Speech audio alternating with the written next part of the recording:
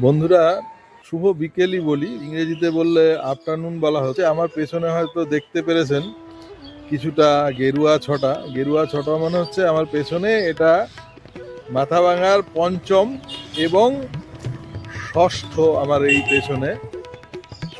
এটা পলাশ গাছ। আমি তো পলাশ গাছ খুঁজে বেড়াই, তো এর আগে বলেছিলাম, সেটা আমার ভুল ছিল, যে মাথাভাঙায় 3টে পলাশ গাছে ফুল ফোটে। 3টে নয়, এই এখানে আরো 2টো, এটা হচ্ছে 5টা এ নিয়ে হলো।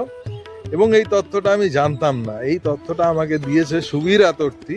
তার বাড়ির সামনেও আরেকটি পলাশ গাছ আছে যেখানে ফুল ফোটে। এই ভিডিওর মাধ্যমে সুবীরদাকে ধন্যবাদ জানাই। গাছগুলো অত বেশি প্রাচীন নয়, যার জন্য সেই সময়টা আমার নজর এড়িয়ে গেছে। বর্তমানে এটা পিডব্লিউডি রোডস অফিস, যেটা পঞ্চাগড়ে, তার সামনে, যার জন্য এর চতুর্দিকে দেওয়ালগুলো আছে, দেওয়ালের জন্য এই জায়গাটা আবদ্ধ, যার জন্যই চোখে পড়েনি আর কি।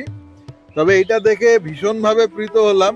একদম সেই পলাশ যেরকম হওয়া উচিত, পুরো গাছ ফুলে ঢেকে গেছে। এবং পলাশের আরেকটা অদ্ভুত বিষয়, সেটা আমি এর আগে দেখেছি কিন্তু সেইভাবে হয়তো নজর করিনি, যে পলাশের একটা দিকে ফুল দেখা যায়, আরেকটা দিকে কিন্তু দেখা যায় না।